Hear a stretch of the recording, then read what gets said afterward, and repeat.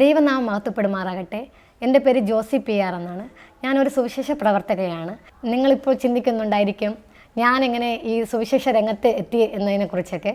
ഒരു സുവിശേഷ രംഗത്ത് എത്തുവാനായിട്ട് എനിക്കുണ്ടായ അനുഭവങ്ങളാണ് ഞാൻ നിങ്ങളോട് ഇനി പങ്കുവയ്ക്കാനായിട്ട് ആഗ്രഹിക്കുന്നത്. ഞാനൊരു ഗ്രാമപ്രദേശത്താണ് ജനിച്ചത്. എൻ്റെ മാതാപിതാക്കൾ ഒത്തിരി ദൈവഭയമുള്ള ഒരു അന്തരീക്ഷമൊക്കെയാണ് ഞങ്ങളുടെ വീട്ടിലുണ്ടായിരുന്നത്. എന്നും ഒത്തിരി ദൂരം നടന്നാണ് ചർച്ചിലൊക്കെ പോകേണ്ടത്. പക്ഷെ ആ കാലഘട്ടത്തൊക്കെ ചോദിക്കും, ഇത്രയും ദൂരത്തിൽ ഇങ്ങനെ ദൈവത്തെ അന്വേഷിച്ച് പോകണോ എന്നൊക്കെയുള്ള ഒരുപാട് ചോദ്യങ്ങളൊക്കെ കുഞ്ഞുങ്ങളൊക്കെ ചോദിച്ചിട്ടുണ്ടായിരുന്നു. പക്ഷേ എൻ്റെ മാതാപിതാക്കൾക്കൊരു ആഗ്രഹം ഉണ്ടായിരുന്നു. ഞങ്ങൾ 3 മക്കളാണ്, 2 ആണും 1 പെണ്ണും. അപ്പോൾ സഹോദരങ്ങളിൽ ആർക്കെങ്കിലും ഒരാളെ ഇങ്ങനെ ശുശ്രൂഷയ്ക്കായിട്ട് അയക്കണമെന്നുള്ള ആഗ്രഹം എൻ്റെ മാതാപിതാക്കൾക്കുണ്ടായിരുന്നു. പക്ഷേ സാഹചര്യങ്ങൾ അത് ഒത്തു വന്നത് എനിക്കായിരുന്നു. ഞാൻ ഒത്തിരി പള്ളിയിലെ എല്ലാ പ്രോഗ്രാമുകൾക്ക് പോവുകയും കൂടുതൽ ദൈവവുമായിട്ട് അടുത്ത് അമ്മയുടെയും പപ്പയുടെയും പ്രാർത്ഥനകളിൽ പങ്കുചേരുകയൊക്കെ ചെയ്തത് ഞാനാണ്.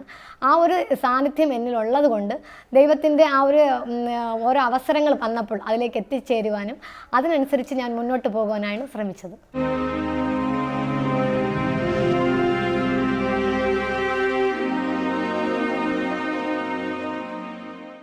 ദക്ഷിണ കേരള മഹായിടയിൽ തിരുവറം ഡിസ്ട്രിക്റ്റിൽ CSI കാഞ്ഞിരംതോട്ടം ചർച്ചിലാണ് ഞാൻ ജനിച്ചത്. ഞാൻ ചർച്ചിലെ എല്ലാ പ്രോഗ്രാമുകളിലും പങ്കെടുക്കുക പതിവായിരുന്നു. എൻ്റെ 10ാം ക്ലാസ് വരെയുള്ള എല്ലാ VBSലും ഞാൻ മുടങ്ങാതെ പങ്കെടുത്തുകൊണ്ടിരുന്നു. ആ സമയത്ത് +2 സമയത്തെ VBSൽ വെച്ചാണ് ഞാൻ ദൈവത്തിനോട് ഒരു ഡെഡിക്കേഷൻ എടുക്കുന്നത്. പക്ഷെ ഞാനിങ്ങനെ പറഞ്ഞു, എനിക്കെന്ത് ജോലി കിട്ടിയാലും ഞാൻ എവിടെ എത്തിച്ചേർന്നാലും ദൈവത്തിന് വേണ്ടി ശുശ്രൂഷ ചെയ്യും, ദൈവത്തെ കുറിച്ച് സാക്ഷി പറയുമെന്നുള്ള ഒരു തീരുമാനമാണ് ഞാൻ അന്ന് എടുത്തത്. പക്ഷെ അതെനിക്ക് മുന്നോട്ട് കൊണ്ടുപോകാൻ പറ്റുമെന്നോ അല്ലെങ്കിൽ അതിലായി തീരുമെന്നോ ഒന്നും ഞാൻ വിചാരിച്ചില്ല. പക്ഷേ ദൈവം എന്നെ വിളിച്ച് വേർതിരിക്കും എന്നുള്ളത് എനിക്കൊരു ബോധ്യം എനിക്ക് അവിടെ ഉണ്ടാകുകയാണ്. പക്ഷേ അവിടെ എത്തുമ്പോഴാണ് ഞാൻ മനസ്സിലാക്കുന്നത്, ദൈവത്തിന് വേണ്ടി വചനം എന്താണോ പറയുന്നത് അതനുസരിച്ച് നീതിയും ന്യായമൊക്കെ മറ്റുള്ളവർക്ക് വേണ്ടി ചെയ്തു കൊടുക്കണം എന്നുള്ളൊരു ആഗ്രഹം എൻ്റെ മനസ്സിൽ വരികയും ഞാനത് എന്നെ പഠിപ്പിച്ച അധ്യാപകനോട്ട് ഷെയർ ചെയ്തു. അപ്പോൾ +2 പഠനം കഴിഞ്ഞതിന് ശേഷം ഞാൻ അടുത്തെന്ത് പഠിക്കണം എന്നുള്ളത് ഞാൻ എൻ്റെ ഏറ്റവും പ്രിയപ്പെട്ട അധ്യാപകനോട് ചോദിക്കുമ്പോഴാണ് എന്നോട് പറഞ്ഞത്, നിനക്ക് ഈ ഫീൽഡിൽ ശുശ്രൂഷ, ഈ സുവിശേഷ രംഗത്ത് ശുശ്രൂഷ ചെയ്യാനായിട്ട് ആഗ്രഹം ഉണ്ടെങ്കിൽ നീ ആദ്യം നല്ലൊരു പഠനം ഇതിനെക്കുറിച്ച് മനസ്സിലാക്കുകയും ഈ രീതിയിൽ പോയാൽ മാത്രമേ നമുക്ക് മുന്നോട്ട് പോയി നല്ല രീതിയിൽ ശുശ്രൂഷകൾ ചെയ്യാൻ പറ്റുകയുള്ളൂ. അല്ലെങ്കിൽ നമ്മൾ എപ്പോഴാണോ ചെയ്യുന്നത് അത് പരാജയപ്പെടുകയും മറ്റുള്ളവർ നമ്മളെ നിന്ദിക്കപ്പെടുകയൊക്കെ ചെയ്യും. പക്ഷെ നമ്മളൊരു കാര്യത്തെക്കുറിച്ച് നല്ല രീതിയിൽ പഠിച്ച് പോയി കഴിഞ്ഞാൽ നമുക്കത് നല്ലതായിട്ട് ചെയ്യാൻ കഴിയും എന്നുള്ളത് എന്നെ പറഞ്ഞ് മനസ്സിലാക്കി തന്നു. ആ രീതിയിലാണ് എൻ്റെ അധ്യാപകൻ 1 വർഷത്തെ സ്ത്രീകൾക്ക് വേണ്ടിയുള്ള ഒരു ആറ്റിങ്ങൽ ബൈബിൾ സ്കൂളിൽ എന്നെ ചേർക്കുകയാണ്. ഞങ്ങളുടെ CSIയുടെ തന്നെയാണ്.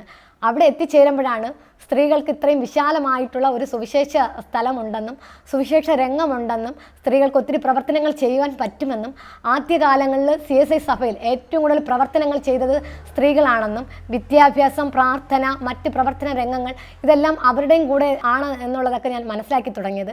ആ ഒരു ഇതിൽ നിന്ന് എനിക്ക് മനസ്സിലാക്കുവാൻ കഴിഞ്ഞു, സ്ത്രീകൾ പരാജയപ്പെട്ടു പോകില്ല, അവർക്കും അവസരങ്ങളും അതുപോലെ ദൈവത്തിന് വേണ്ടി ശുശ്രൂഷ ചെയ്യുവാൻ കഴിയുന്ന ഒരുപാട് മേഖലകളും കണ്ടെത്താൻ കഴിയുമെന്നുള്ളത് ഞാൻ അവിടുത്തെ 1 വർഷത്തെ പഠനം കൊണ്ട് ഞാൻ മനസ്സിലാക്കി.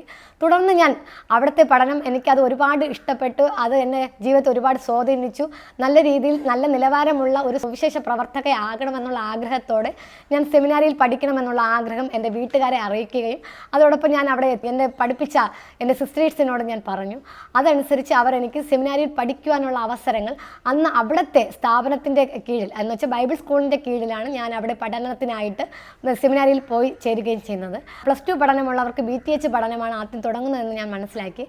ഞാൻ അവിടെ നിന്ന് BTHും BD പഠനവും ഞാൻ പഠിക്കുകയുണ്ടായി. പക്ഷേ ഞാൻ BTH പഠനത്തിന് എത്തുന്ന സമയത്താണ് സെമിനാറിൽ ഞാൻ മനസ്സിലാക്കുന്നത് ഇതൊരു എക്യൂമെനിക്കൽ സഭയാണെന്നും എന്നുവെച്ചാൽ എൻ്റെ സഭ CSI എന്ന് പറയുന്ന എക്യൂമെനിക്കൽ സഭയാണെന്നും സ്ത്രീകൾക്കും ഒരുപാട് അവസരങ്ങളുണ്ടെന്നും അത് നമ്മളിലേക്ക് എത്തിച്ചേരണമെന്നുള്ള ഒരുപാട് കാര്യങ്ങൾ ഞാൻ മനസ്സിലാക്കിയത്. എന്നാൽ എൻ്റെ മുന്നിൽ പഠിച്ചിരുന്ന ഒത്തിരി പേർ അതിനുവേണ്ടി പ്രയത്നിക്കുന്നവരുണ്ടായിരുന്നു, ആ രംഗങ്ങളിൽ എത്തിച്ചേർന്നവരുണ്ട് എന്നൊക്കെയുള്ള മനസ്സിലാക്കാൻ കഴിഞ്ഞു. അതനുസരിച്ച് എനിക്കും അതുപോലെ പ്രവർത്തനങ്ങൾ ചെയ്യണമെന്നുള്ള ആഗ്രഹം എനിക്കുണ്ടായി. പക്ഷേ നമ്മളെ സംബന്ധിച്ച് ചില സമയങ്ങളിൽ സഭയ്ക്കകത്ത് BD കഴിഞ്ഞവർക്ക് വുമൺസ് വർക്കർ എന്ന രീതിയിലാണ് അവരെടുത്തിരുന്നത്. പക്ഷെ അതിൽ നിന്ന് മാറ്റി ചിന്തിച്ച് പുരുഷന്മാർ എന്ത് സുവിശേഷ രംഗത്ത് എത്തിച്ചേരുന്നോ എന്നാൽ ഒരു അച്ഛൻ എന്തൊക്കെ ചെയ്യാൻ കഴിയുമോ ആ രീതിയിൽ സുവിശേഷ രംഗത്ത് പ്രവർത്തനങ്ങൾ ചെയ്യണമെന്നുള്ളൊരു ആഗ്രഹം എനിക്കുമുണ്ടായി. അങ്ങനെയാണ് ഞാൻ ആ ഫീൽഡിൽ ഈ സുവിശേഷ രംഗത്ത് ഈ സ്ഥാപനങ്ങളിൽ ഇങ്ങനത്തെ വർക്കുകൾ ചെയ്യണമെന്നുള്ള ആഗ്രഹം എനിക്കുണ്ടായത്. പക്ഷേ എനിക്ക് അവിടെ ഉണ്ടായ ഒരു വിഷമം എന്ന് വെച്ചാൽ നമ്മൾ നമ്മൾ പഠന രംഗത്ത് ഒരേപോലെ ആൺകുട്ടികളും പെൺകുട്ടികളും ഒന്നുപോലെ പഠിക്കുന്നുണ്ടെങ്കിലും ഈ രംഗത്ത് അച്ഛന്മാരെന്ന രീതിയിൽ അവർക്ക് ഒരുപാട് കെയറും അവർക്ക് ഒരുപാട് സപ്പോർട്ടുകൾ ഉണ്ടാകുമ്പോൾ സ്ത്രീകൾക്ക് ആ ഒരു പരിഗണനയൊന്നും ലഭിച്ചിരുന്നില്ല. പക്ഷേ എന്നെ സംബന്ധിച്ച് പരിഗണനകളുടെയും നിന്ദകളുടെയും അവഗണനകളുടെയും ഭാഗത്ത് നിന്ന് എനിക്ക് ദൈവത്തിലുണ്ടായ ആശ്രയം കാരണം എനിക്കതിലേക്ക് എത്തിച്ചേരുവാനായിട്ട് കഴിഞ്ഞു.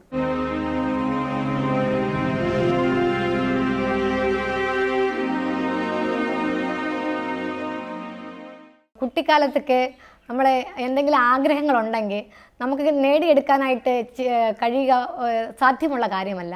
പക്ഷേ എല്ലാ വിഷയങ്ങളും ഇങ്ങനെ പ്രാർത്ഥനയിൽ വയ്ക്കുന്ന ഒരു ഇതാണ് ഞാൻ മനസ്സിലാക്കിയിട്ടുള്ളത്. അപ്പോൾ നമ്മൾ പള്ളിയിൽ പോയിരുന്നു പ്രാർത്ഥിക്കുമ്പോഴേക്കും അതെനിക്ക് ലഭിക്കും എന്നുള്ളൊരു ചിന്ത എൻ്റെ മനസ്സിൽ എപ്പോഴും ഉണ്ടായിരുന്നു. അപ്പോഴും ഈ +2 കഴിഞ്ഞ് സെമിനാരി പഠനത്തിലേക്ക് എത്തുമ്പോഴേക്കും അത് എൻ്റെ ജീവിതത്തിൽ നിന്ന് ആദ്യം ഒന്ന് കുറഞ്ഞു പോയി. കാരണം അവിടെ നോക്കുമ്പോൾ ഒരു 100 പേര് പഠിക്കുന്നതിൽ 4 സ്ത്രീകളും ബാക്കിയെല്ലാം പുരുഷന്മാരാണ്. പക്ഷേ അവർക്കെല്ലാം ഒരുപാട് സാധ്യതകൾ മുന്നിലുള്ളവരായിട്ടാണ് അവിടെ പഠിച്ചിരുന്നത്. ആ സമയത്ത് നമുക്ക് സാധ്യതകൾ ഉണ്ടോ എന്നുള്ളത്. പക്ഷേ ആ സെമിനാരി ചാപ്പലിരുന്ന് ഞാൻ ഒത്തിരി നാൾ പ്രാർത്ഥിച്ചിട്ടുണ്ട്, ദൈവമേ ഇവിടെ നിന്ന് നമ്മൾ പുറത്തിറങ്ങുമ്പോഴേക്കും ഇത് പഠിച്ചതുകൊണ്ട് നമ്മൾ ഒന്നുമില്ലാത്തവരായി തീരല്ലേ എന്നുള്ളൊരു ചിന്ത ഉണ്ടായിരുന്നു. പക്ഷേ ആ സമയത്തൊക്കെ ചാപ്പലിരുന്ന് ദൈവം ഇങ്ങനെ ചോദിക്കുന്നതായിട്ട് ചോദിച്ചിട്ടുണ്ട്, എവിടെയെങ്കിലും ആരെങ്കിലും ദൈവത്തിന് വേണ്ടി ഇറങ്ങി തിരിച്ച് ആരെങ്കിലും ഇങ്ങനെ ഒന്നും ലഭിക്കാതെ പോയവരുണ്ടോ, അല്ലെങ്കിൽ എന്തെങ്കിലും നന്മ ലഭിക്കാതെ പോയവരുണ്ടോ, ആ ഒരു ചോദ്യങ്ങളൊക്കെ എന്നെ ഒരുപാട് ആശ്രയിച്ചു. അപ്പോൾ ഞാൻ തന്നെ എനിക്കറിയാം ഇതിൻ്റെ മുന്നിലോട്ട് ദൈവം ഒരുപാട് നന്മകൾ നൽകുമെന്നുള്ള ഒരു പ്രതീക്ഷ എപ്പോഴും എൻ്റെ മനസ്സിൽ ദൈവം കൊണ്ടെത്തിക്കുകയായിരുന്നു. ആ ഒരു കാര്യം കൊണ്ട് എനിക്ക് എവിടെയൊക്കെ പ്രതിസന്ധികളും പ്രശ്നങ്ങൾ വന്നിട്ട് പോലും അവിടെ നിന്നും തളർന്നു പോകുവാൻ അനുവദിക്കാതെ ദൈവം ആ സംരക്ഷണത്തിൽ ദൈവത്തിന് ഒരു സാക്ഷി നിർത്തുവാനായിട്ട് ദൈവം എന്നെ അനുവദിച്ചു എന്നുള്ളതാണ് ഞാൻ മനസ്സിലാക്കിയ ഏറ്റവും വലിയ സത്യവും അനുഗ്രഹവും അത്ഭുതവും സാക്ഷിയായിട്ട് മനസ്സിലാക്കുക.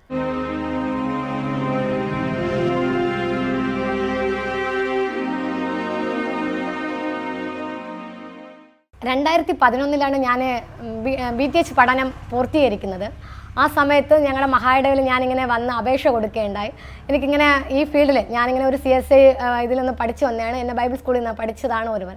പക്ഷേ അവരുടേതായ ചട്ടക്കൂടുകളിൽ നിന്ന് എനിക്ക് അതിനകത്ത് പോകാൻ പറ്റാത്തതുകൊണ്ട് ആദ്യം ഒരുപാട് വിമർശനങ്ങളൊക്കെ അവർ പറഞ്ഞു. എന്തുകൊണ്ട് മഹായിടവയിൽ നിങ്ങൾ ഇതുപോലെ പേപ്പർ കൊടുത്ത് കയറിയില്ല, നിങ്ങൾക്ക് എന്തുകൊണ്ട്? പക്ഷേ അതെനിക്ക് ആ സമയത്ത് ഞാൻ പഠിക്കാൻ പോകുന്ന സമയത്ത് ഇതിനെക്കുറിച്ചൊന്നും എനിക്ക് ആരും പറഞ്ഞു തന്നില്ല. പക്ഷെ ഞങ്ങൾ ബൈബിൾ സ്കൂൾ ആറ്റിങ്ങിൽ നിന്ന് ഡയറക്റ്റായിട്ട് ഞങ്ങൾ സെമിനാരിയിൽ എടുക്കുന്നുണ്ടായിരുന്നു. പക്ഷെ ഞാൻ ആ സമയത്ത് ഞങ്ങൾക്ക് ഒപ്പിന് വേണ്ടി മഹായിടയിൽ ഞാൻ പോയിട്ടുണ്ടായിരുന്നു. അപ്പോൾ ഇതെല്ലാം ഇവരെല്ലാം കൂടെ ഒന്നിച്ചാണ് ചെയ്തതെന്നുള്ള ഒരു വിശ്വാസം എനിക്കുണ്ടായിരുന്നു. പക്ഷേ ഞാൻ അവിടെ നിന്ന് ഇറങ്ങി ഈ പേപ്പർ കൊടുക്കുമ്പോഴാണ് നമുക്ക് മഹായിടയുടെ കീഴിലല്ല ഇത് ഞാൻ വന്നത് എന്നുള്ളത് ഞാൻ മനസ്സിലാക്കി.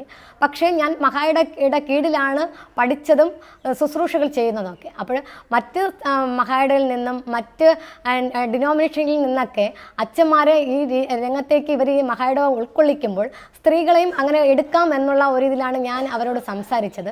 ആ രീതിയിൽ ഞാൻ എൻ്റെ പ്രവർത്തനങ്ങളും ശുശ്രൂഷകളൊക്കെ ചെയ്തുകൊണ്ടിരിക്കുകയാണ്. അപ്പോൾ 2011 ഞാൻ അതിൻ്റെ പേപ്പർ കൊടുത്തു. അപ്പോൾ ഞാൻ മനസ്സിലാക്കിയ ഒരു ഇതെന്ന് വെച്ചാൽ മുന്നിലുണ്ടായിരുന്ന ഒരുപാട് വെല്ലുവിളികൾ, പ്രശ്നങ്ങൾ, പ്രതിസന്ധികൾ ഇതെല്ലാം ഉണ്ടായി. പക്ഷേ ഇതിനെല്ലാം തരണം ചെയ്ത് മുന്നോട്ട് വന്നാൽ അടുത്ത് വരുന്ന തലമുറയ്ക്കെങ്കിലും അടുത്ത് വരുന്ന സ്ത്രീകൾക്കെങ്കിലും വനിതകൾക്കെങ്കിലും ഈ സുവിശേഷ രംഗത്ത് അവരാഗ്രഹിക്കുന്ന തരത്തിൽ എത്തിച്ചേരുവാനായിട്ട് കഴിയും എന്നുള്ളതാണ്. അതിനുവേണ്ടി ഞാനും എൻ്റെ ശുശ്രൂഷയും എൻ്റെ പഠനവും എൻ്റെ ശുശ്രൂഷവും എൻ്റെ ജീവിതവും അതിനായിട്ട് ഞാൻ മാറ്റിവെക്കുകയാണ് ചെയ്തത്.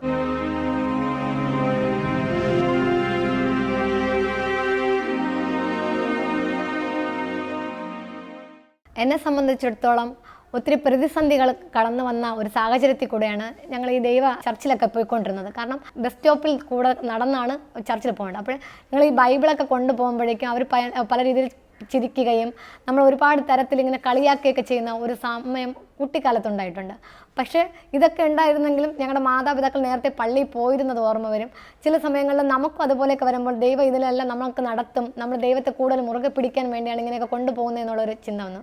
പക്ഷേ സെമിനാരി പഠിക്കുമ്പോഴാണ് ഞാൻ മനസ്സിലാക്കുന്നത് ഏതൊരു പ്രതിസന്ധിയും വെല്ലുവിളിയും നമ്മുടെ മുന്നിൽ വന്നാലും അതിനെല്ലാം തരണം ചെയ്യാനായിട്ടുള്ള ശക്തി നമുക്ക് ലഭിക്കും എന്നുള്ളത്.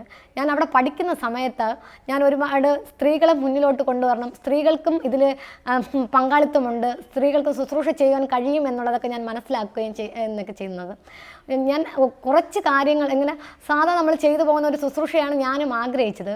പക്ഷേ ഞാൻ മനസ്സിലാക്കുമ്പോൾ ഒരുപാട് വെല്ലുവിളികൾ നിറഞ്ഞ സ്ഥലങ്ങളിൽ ദൈവം എന്നെ കൊണ്ടെത്തിക്കുകയും അവിടെ നിന്നൊക്കെ എന്നെ രക്ഷപ്പെടുത്തുകയും അത്ഭുതപ്പെടുത്തുകയൊക്കെ ചെയ്യുന്ന ഒരു ജീവിതമാണ് ഞാൻ മുന്നോട്ട് കണ്ടിട്ടുള്ളത്. ഞാൻ ആദ്യം ജോലിക്ക് കയറുന്ന സമയത്തും ശുശ്രൂഷ ചെയ്യാനായിട്ട് കയറുന്ന സ്ഥലത്തും എനിക്ക് ഒരുപാട് വെല്ലുവിളികൾ എന്നെ കൊണ്ട് ചെയ്യാൻ പറ്റാത്ത, എന്ന് വെച്ചാൽ എൻ്റെ ഒരു 18-ാമത്തെ 21-ാമത്തെ വയസ്സിലാണ് ഞാൻ ഈ സുവിശേഷ ഫീൽഡ് ജോലിക്കായിട്ട് ശുശ്രൂഷ ചെയ്യാനായിട്ട് ഇറങ്ങുന്നത്. അപ്പോൾ ആ 21-ാമത്തെ 18-ാമത്തെ വയസ്സ് തൊട്ട് ഒരു 26-ാമത്തെ വയസ്സ് വരെ ഒരുപാട് പ്രതിസന്ധികൾ ഉണ്ടായിട്ടുണ്ട്. അപ്പോൾ ഞാൻ പലപ്പോഴും ദൈവത്തോട് തന്നെ സംസാരിക്കും, ഞാൻ ഇതിന് യോഗ്യതയുള്ള ഒരാളല്ലെങ്കിൽ എന്നെ ദൈവം നീ എടുത്ത് മാറ്റണമേ, എനിക്ക് വേറൊരു ജോലി തരണമേ എന്നൊക്കെ ഞാൻ ദൈവത്തോട് പ്രാർത്ഥിച്ചിട്ടുണ്ടായിരുന്നു. പക്ഷേ സ്ത്രീകളെ മുന്നിലോട്ട് കൊണ്ടുവരണം എന്നുള്ള ഒരു ചിന്ത എപ്പോഴും എൻ്റെ മനസ്സിലുള്ളത്. കണ്ട ചിന്ത എന്ന് വെച്ചാൽ സഭയ്ക്ക് സ്ത്രീകൾ ഒത്തിരി ശുശ്രൂഷ ചെയ്യുന്ന സ്ത്രീകളുണ്ട്. പക്ഷെ അവരൊന്നും പൊതുരംഗത്ത് വരുന്നില്ല, ഇവർക്ക് പഠിക്കാനായിട്ടുള്ള അവസരങ്ങൾ കിട്ടുന്നില്ല, തിയോളജി പഠിക്കാനായിട്ടുള്ള അവസരങ്ങൾ കിട്ടുന്നില്ല, ലഭ്യമാകുന്നില്ല, അവർക്കത് എങ്ങനെ പ്രയോജനപ്പെടുത്തണം എന്നുള്ളതൊന്നും അറിയത്തില്ല. പക്ഷേ സാധാരണക്കാരായിട്ട് ഞാൻ വന്ന് അത് മനസ്സിലാക്കുകയും അത് മറ്റുള്ളവർക്ക് പറഞ്ഞു കൊടുക്കാൻ എനിക്ക് കഴിയും എന്നുള്ളതാണ് ഞാൻ അതിൽ നിന്ന് മനസ്സിലാക്കുകയും ഞാൻ അതിനു വേണ്ടി പ്രയത്നിക്കുകയൊക്കെ ചെയ്തു. ഞാൻ കഴിഞ്ഞ് ഞങ്ങളുടെ സഭയിൽ നിന്ന് മറ്റൊരാളെ ഇതുവരെ സുവിശേഷം ഇങ്ങനെ പഠിക്കാനായിട്ട് സെമിനാരിയിൽ എടുത്തിട്ടുണ്ടോ എന്നുള്ളത് എനിക്കറിയില്ല. കാരണം ഒരു പയ്യനെ പഠിക്കാനായിട്ട് എടുക്കുമ്പോൾ അവൻ എന്തൊക്കെ ചിലവുകളുണ്ടോ അതേ ചിലവുകൾ തന്നെ സ്ത്രീകൾക്കും ചെയ്തു കൊടുക്കണം. അപ്പോൾ അതിനെ അവർ പലപ്പോഴും പാടെ അങ്ങ് അവസാനിപ്പിക്കുകയാണ് ചെയ്യുന്നത്. പക്ഷെ നമ്മുടെ ഈ ശുശ്രൂഷയും നമ്മുടെ ഈ പഠനവും നമ്മുടെ പ്രവർത്തനങ്ങളും കണ്ട് മുന്നോട്ട് ആൾക്കാർ വരണമെന്നും അത് ഇവർക്കും പ്രയോജനപ്പെടുത്താൻ കഴിയും, അത് അവർക്കും ഉള്ളതാണെന്ന് മനസ്സിലാക്കി കൊടുക്കുക എന്നുള്ളതാണ് എൻ്റെ ആഗ്രഹം വരുന്നത്. അപ്പോൾ ഞാൻ നോക്കുമ്പം ഈ ഇന്ത്യയിൽ തന്നെ മൊത്തത്തിൽ 4000-ഓളം സ്ത്രീകൾ ഇങ്ങനെ പഠിച്ചിട്ട് അച്ഛന്മാരായവരും ഈ ഫീൽഡിൽ നിലനിൽക്കുന്നവരുമായിട്ട് എനിക്കറിയാം. അങ്ങനെ ഒരു സംഘടന തന്നെയുണ്ട്. ഏകദേശം 1000-ൽ കൂടുതൽ അംഗങ്ങളുള്ള അറ്റ്ബി എന്ന് പറയുന്ന ഒരു സംഘടനയുണ്ട്. ഓൾ തിയോളജിക്കൽ വുമൻസ് ആൻഡ് ട്രൈഡൽ എന്ന് പറയുന്ന ഒരു സംഘടനയുണ്ട്. അതിനകത്ത് ഏകദേശം 1000-ൽ കൂടുതൽ സ്ത്രീകളുണ്ട്. അവരെല്ലാം ഈ ശുശ്രൂഷകൾ ചെയ്തിട്ട് ഈ ശുശ്രൂഷ മറ്റുള്ളവർക്ക് പ്രയോജനപ്പെടുത്തണം, പറഞ്ഞു കൊടുക്കണം എന്നുള്ള രീതിയിൽ ഈ എക്യൂമെനിക്കൽ സഭകളിൽ ഇങ്ങനെ പ്രവർത്തനങ്ങൾ ചെയ്യുകയും ശുശ്രൂഷയ്ക്കായിട്ട് മറ്റുള്ളവർക്കായി പറഞ്ഞു കൊടുക്കുകയും ചെയ്യുന്ന ഒരു സൗഹൃദവും എനിക്കുണ്ട്. അപ്പോൾ അവരിൽ നിന്നാണ് ഞാൻ മനസ്സിലാക്കിയത്, നമ്മളിവിടെ അവസാനിപ്പിക്കുകയാണെങ്കിൽ ഇതിന് തിരിഞ്ഞു വരാൻ ഒരു 50 വർഷം തന്നെ മാറിയെടുക്കാം. പക്ഷേ നമ്മളിന്ന് ഒരുപാട് പ്രശ്നങ്ങൾ ഈ പ്രതിസന്ധി ഘട്ടത്തിൽ കൂടെ നമ്മളിങ്ങനെ കടന്ന് ഈ ശുശ്രൂഷയിൽ നമ്മൾ നിലനിൽക്കുകയാണെങ്കിൽ ഉറപ്പായിട്ടും അത് എത്രയും പെട്ടെന്ന് നമ്മുടെ സഭയിൽ കൊണ്ടെത്തിക്കാൻ കഴിയുമെന്നാണ് ഞാൻ മനസ്സിലാക്കുന്നത്.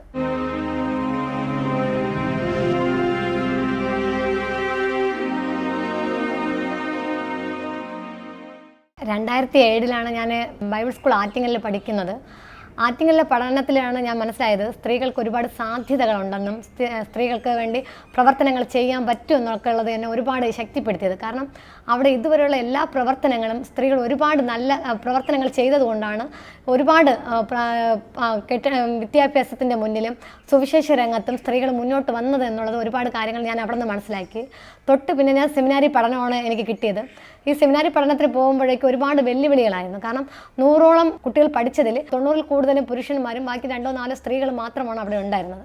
പക്ഷെ ഞങ്ങൾക്ക് ഒരുപാട് അവിടുത്തെ ഇതനുസരിച്ച് ഒരുപാട് സംരക്ഷണവും കെയറും പഠന രംഗങ്ങളിൽ എല്ലാവരും പോലെ പഠിക്കാൻ കിട്ടിയെങ്കിലും സമൂഹത്തിൽ ഒരുപാട് വെല്ലുവിളികൾ നമുക്കുണ്ടായിട്ടുണ്ട്. കാരണം എന്തിനാണ് സെമിനാരി പഠിക്കുന്നത്, നിങ്ങൾക്കിതിൽ നിന്ന് നിങ്ങൾക്ക് എന്ത് ലഭിക്കും, നിങ്ങൾക്ക് സുവിശേഷ രംഗത്ത് പ്രവർത്തിക്കാൻ പറ്റുമോ, അത്തരത്തിൽ ഒരുപാട് ചോദ്യങ്ങളൊക്കെ എനിക്കുണ്ടായിട്ടുണ്ട്.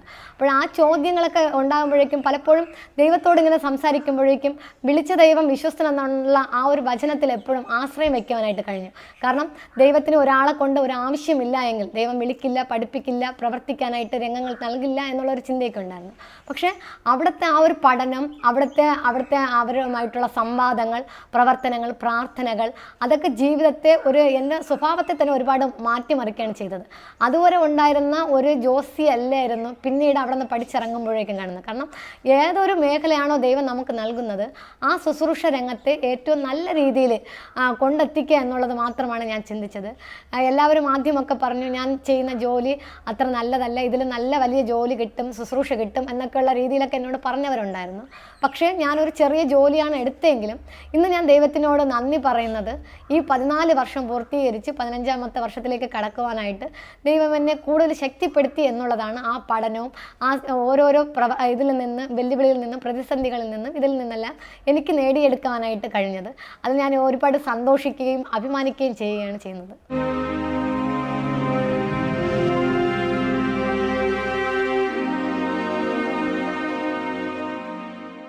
ദൈവവിളി കുറച്ച് പേർക്ക് വേണ്ടി മാത്രം കിട്ടിയ ഒന്നായിട്ട് ഞാൻ ഒരിക്കലും കരുതത്തില്ല. കാരണം എന്നോടൊപ്പം സെമിനാരിയിൽ പഠിച്ച എല്ലാവരും ദൈവവിളി ഉണ്ടായിട്ട് പഠിച്ചതാണോ എന്നുള്ളത് ഞാൻ പലപ്പോഴും ചിന്തിച്ചിട്ടുണ്ട്. കാരണം ഞാനൊരു സാധാരണ കുടുംബത്തിൽ നിന്ന് വന്ന ഒരു വ്യക്തിയാണ്. പക്ഷേ എന്നെ സംബന്ധിച്ച് എൻ്റെ അച്ഛനും അമ്മയും പ്രാർത്ഥനാ ജീവിതമുള്ളവരായിരുന്നു. അപ്പോഴേക്കും എനിക്ക് അതുകൊണ്ടറിയാം അവർക്ക് എന്നെക്കാളും ദൈവത്തിൽ വിശ്വാസമുണ്ടെന്നും ദൈവത്തിൽ സാക്ഷ്യം അർപ്പിക്കാൻ കഴിയുമെന്നുള്ളത്. പക്ഷേ ആദ്യത്തെ എൻ്റെ സെമിനാരി പഠനത്തിൽ കൂടെ ദൈവവിളിയെ ഞാൻ തന്നെ ചോദ്യം ചെയ്തിട്ടുണ്ട്. കാരണം ഇവർക്കൊക്കെ ദൈവവിളി ഉണ്ടായിട്ടാണ് ഇവിടെ പഠിക്കാൻ വന്നത് എന്നുള്ളതൊക്കെ ഞാൻ പലപ്പോഴും ചിന്തിച്ചിട്ടുണ്ട്. അപ്പോൾ ഞാൻ എന്നിലേക്ക് തന്നെ പോകും. കാരണം ഒന്നുമില്ലാത്ത ഒരു അവസ്ഥയിൽ നിന്നാണ് ദൈവം എന്നെ ഇവിടെ കൊണ്ടെത്തിച്ചത് എന്നുള്ളത്. ഈ ദൈവവിളിയെക്കുറിച്ച് പറയുമ്പോഴേക്കും ദൈവത്തിൽ ആശ്രയം വയ്ക്കുന്ന, ശരണപ്പെടുന്ന എല്ലാവരുടെ മനസ്സിൽ ഈ ഒരു വിളി ഉണ്ടായിരിക്കും. പക്ഷെ അവർ എപ്രകാരമാണ് അത് മുന്നിലോട്ട് കൊണ്ടുവരുന്നതെന്നാണ് നമ്മൾ മനസ്സിലാക്കേണ്ടത്. ചിലർ നല്ല രീതിയിൽ പഠിച്ച് അവരുടെ പഠനത്തിൽ കൂടെ അവരുടെ ദൈവവിളിയെ മറ്റുള്ളവരുടെ മുമ്പിൽ പരിചയപ്പെടുത്താറുണ്ട്. ചിലർ അവർ ചെയ്യുന്ന ശുശ്രൂഷയിലൂടെ ദൈവവിളിയെ മറ്റുള്ളവർക്ക് നൽകാറുണ്ട്. ചിലർ അവരുടെ ജീവിതം കൊണ്ട് തന്നെ മറ്റുള്ളവരെ പരിചയപ്പെടുത്തുകയാണ് ചെയ്യുന്നത്. ഈ തരത്തിൽ ദൈവത്തെ എപ്രകാരം പ്രീതിപ്പെടുത്തുവാൻ കഴിയും എന്ന് വെച്ചാൽ ദൈവത്തിൽ ആശ്രയം, ദൈവത്തിൻ്റെ സ്നേഹം, ദൈവത്തിൻ്റെ കരുണ എങ്ങനെയൊക്കെ മനസ്സിലാക്കുവാൻ പറ്റുമോ അതാണ് ഞാനൊരു ദൈവവിളിയായിട്ട് എൻ്റെ ശുശ്രൂഷയിൽ നിന്ന് ഞാൻ മനസ്സിലാക്കി.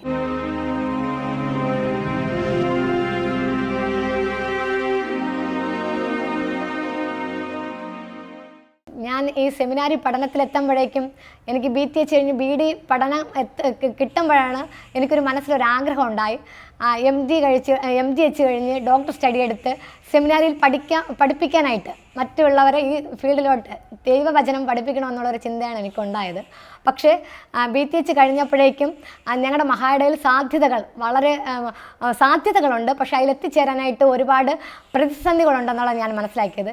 അപ്പോഴാദ്യം ഞാൻ മനസ്സിലാക്കിയത് എനിക്കൊരു സ്റ്റാൻഡ് ഈ ശുശ്രൂഷ രംഗത്ത് ഉണ്ടാക്കിയെടുക്കണമെന്നുള്ളതാണ് ഞാൻ മനസ്സിലാക്കിയത്. അത് ആ സമയങ്ങളിൽ എനിക്കുണ്ടായില്ല. പക്ഷേ എൻ്റെ ജീവിതത്തിലൂടെ ഞാൻ മനസ്സിലാക്കിയെടുക്കുകയാണ് ചെയ്തത്. അപ്പോഴേക്കും എൻ്റെ ചർച്ചിൽ ഒരു ബിജു CR എന്ന് പറഞ്ഞൊരു സാറാണ് എനിക്ക് നമ്മുടെ മഹാടെ തന്നെ ഇങ്ങനെ ഒരു സ്ഥാപനം ഉണ്ടെന്നുള്ളത് മനസ്സിലാക്കി തരികയും അവിടെ കുറച്ച് ദിവസം നിൽക്കുമ്പോൾ ഈ പഠനത്തിന് അനുസരിച്ച് ചാപ്ലിൻ പോസ്റ്റ് അങ്ങനെയൊക്കെ ലഭിക്കും എന്നുള്ളത് എന്നോട് പറയുകയുണ്ടായി. അപ്പോഴേക്കും ഞാൻ അവിടെ എത്തിച്ചേരുകയും ഞാൻ പഠനം കഴിഞ്ഞ് 2 ദിവസം മാത്രമേ വീട്ടിൽ നിന്നുള്ളൂ. ഉടനെ തന്നെ ഞാൻ ആ ശുശ്രൂഷയിലേക്ക് ജോയിൻ ചെയ്യുകയാണ് ചെയ്തത്.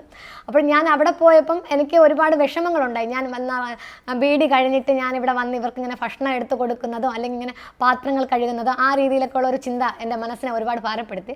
പക്ഷേ അതൊരു 2-3 ദിവസം മാത്രമേ എന്നിൽ നീണ്ടു നിന്നുള്ളൂ. കാരണം ഞാൻ മനസ്സിലാക്കിയ എൻ്റെ ദൈവം എന്ന് പറഞ്ഞാൽ എപ്പോഴും പഠനവും അല്ലെങ്കിൽ ചർച്ചിലിരിക്കുന്നത് ആ ഒരു ദൈവത്തില ഞാൻ അവിടെ കണ്ടത്. വചനത്തിൽ തന്നെ പറയുന്ന പോലെ ഈ എളിയവന് ചെയ്യുന്നത് എനിക്ക് ചെയ്തു എന്ന് പറയുന്നത്. അപ്പോഴേ അതാണ് ഞാൻ എൻ്റെ മനസ്സിൽ തിരഞ്ഞെടുത്തത്. കാരണം ഈ എളിയവന് ചെയ്യാനായിട്ട് എനിക്കൊരു അവസരം ലഭിച്ചു എന്നുള്ളതാണ് എനിക്ക് കിട്ടിയത്. അപ്പോൾ മുന്നോട്ട് എത്തുമെന്നുള്ളതല്ല, പക്ഷേ ആ ഒരു ശുശ്രൂഷയിൽ കൂടെ ഞാനത് ഏതൊരു ശുശ്രൂഷ എന്ന് വെച്ചാൽ അച്ഛനായി തന്നെ ചെയ്യണം അങ്ങനെയൊന്നുമല്ല. ശുശ്രൂഷ നമുക്ക് ദൈവത്തിന് വേണ്ടി പലതരത്തിൽ ചെയ്യാൻ പറ്റുമെന്നുള്ളത് ഞാൻ അതിൽ കൂടെയാണ് മനസ്സിലാക്കിയെടുത്തത്.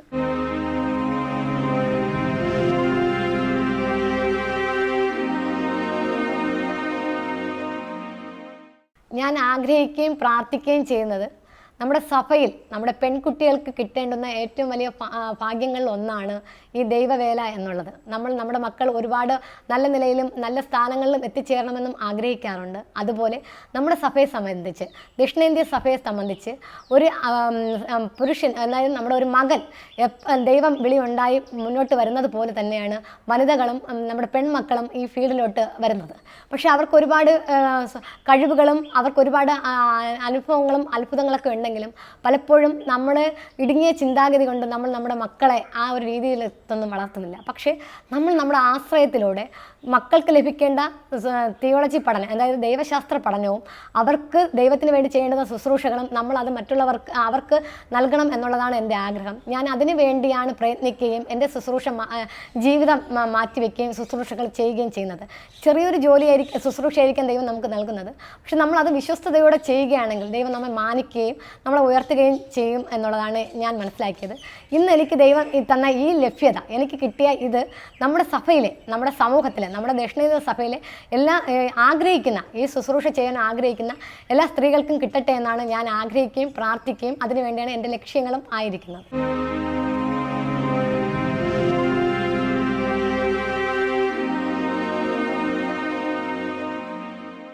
കുട്ടിക്കാലത്ത് ഈ കുറച്ച് കഥകൾ, കവിതകൾ അങ്ങനെയൊക്കെ എഴുതാറുണ്ടായിരുന്നു.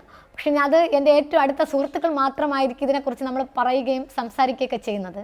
പക്ഷേ ഈ സെമിനാരി പഠന രംഗത്ത് വന്നപ്പോഴേക്കും അതെനിക്കൊരു ഭയങ്കര ഒരു വിഷമമായി തീർന്നു. കാരണം എല്ലാവരും നല്ല ദൈവത്തെക്കുറിച്ചും ദൈവ അനുഭവങ്ങളെക്കുറിച്ചും ദൈവികതയെക്കുറിച്ചൊക്കെ എഴുതുന്ന പുസ്തകങ്ങളൊക്കെയാണ് ഞാൻ വായിച്ചിട്ടുള്ളത്. അപ്പോഴും ആ ഒരു തലത്തിലേക്ക് ഞാൻ എത്തിച്ചേർന്നിട്ടില്ലായിരുന്നു. കാരണം ഞാൻ എൻ്റെ 18-ാമത്തെ വയസ്സിലാണ് ഞാൻ സെമിനാരി കയറുന്നത്. അപ്പോൾ അതിലേക്ക് ഈ സമയങ്ങളിൽ ഇപ്പോഴാണ് ഞാൻ അതിനെക്കുറിച്ച് ആലോചിക്കുകയും എഴുതുകയൊക്കെ ചെയ്തു തുടങ്ങിയത്.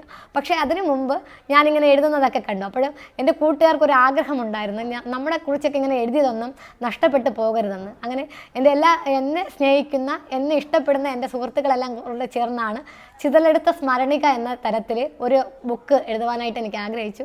ഏകദേശം 250ഓളം കോപ്പികൾ, അന്ന് എനിക്കത് നമ്മൾ 300 കോപ്പികൾ എടുത്തതിൽ 250ഓളം കോപ്പികൾ ഞങ്ങൾക്ക് അപ്പോൾ തന്നെ എല്ലാവർക്കും കൊടുക്കുവാനൊക്കെ കഴിഞ്ഞു.